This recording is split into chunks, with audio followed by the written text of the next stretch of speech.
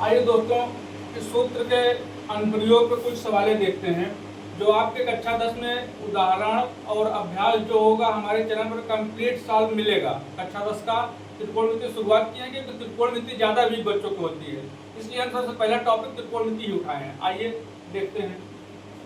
आपका पहला उदाहरण लिखा है, उदाहरण भी पढ़ाएंगे, उदाहरण के बाद अभ्यास भी पढ़ाएंगे। दोनों आपका कंप्लीट कोर्स रहेगा, कोई सवाल छूटेगी नहीं। आप किताब में एक एक सवाल सीरियल वाइज मिला लेंगे, हमारे चैनल पे संपूर्ण हल मिलेगा। आइए, इसमें लिखा है पहली सवाल, यदि साइन ए बराबर 3/5 तो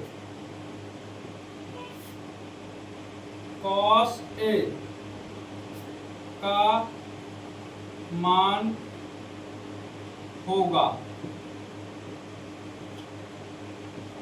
कुछ करना नहीं है, एक त्रिभुज बनाएंगे आप इस तरीके से, जो इस सूत्र में हम बताए थे आपको। एक त्रिभुज बनाएंगे, एक त्रिभुज समकोण त्रिभुज।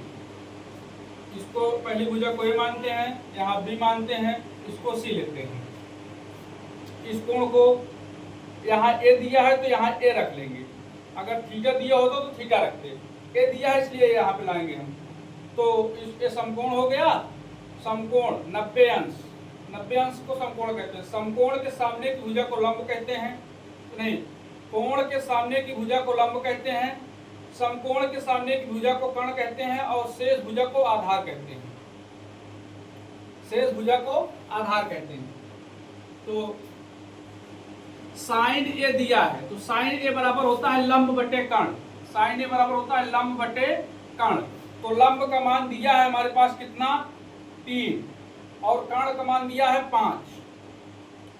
अब शेष मान को निकालने के लिए एक सूत्र होता है, कर्ण का स्क्वायर बराबर लंब का स्क्वायर प्लस आधार का स्क्वायर। इस सूत्र को आपको याद रखना होगा। कर्ण का स्क्वायर बराबर लंब का स्क्वायर प्लस आधार का स्क्वायर। तो कर्ण का मान हमारे पास है 5, यहाँ 5 का स्क्वायर बराबर लंब का स्क्वायर है 3, 3 का स्क्वायर प्लस ए स्क्वायर। 5 का स्क्वायर होता है 25, 3 का स्क्वायर होता है 9 प्लस ए स्क्वायर। इसको इधर लाएंगे, यहाँ प्लस है, इधर आएगा माइनस हो जाएगा। 25 माइनस 9 बराबर आधार स्क्वायर। इसको आगे लिख लेंगे, आधार स्क्वायर बराबर 25 में 9 घटाएंगे 16 आएगा। स्क्वायर है, स्क्वायर से वर्गमूल लिख, ए स्क्वायर बराबर 16 को लिख सकते हैं 4 का स्क्वायर। स्क्वायर से स्क्वायर कट गया, ए का मान 4 आ गया। आधार का मान हमारे पास आ गया 4। तो काश ए को पूछ रहा है मान, तो काश ए बराबर यहाँ सूत्र देखेंगे, इधर देखिए, काश ए बराबर है आधार बटा कर्ण। तो काश ए बराबर आधार बटा कर्ण ले लेंगे हम।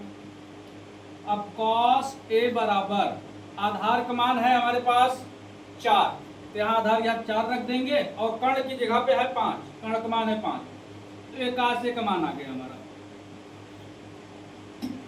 ये आपके उदाहरण की पहली सवाल थी।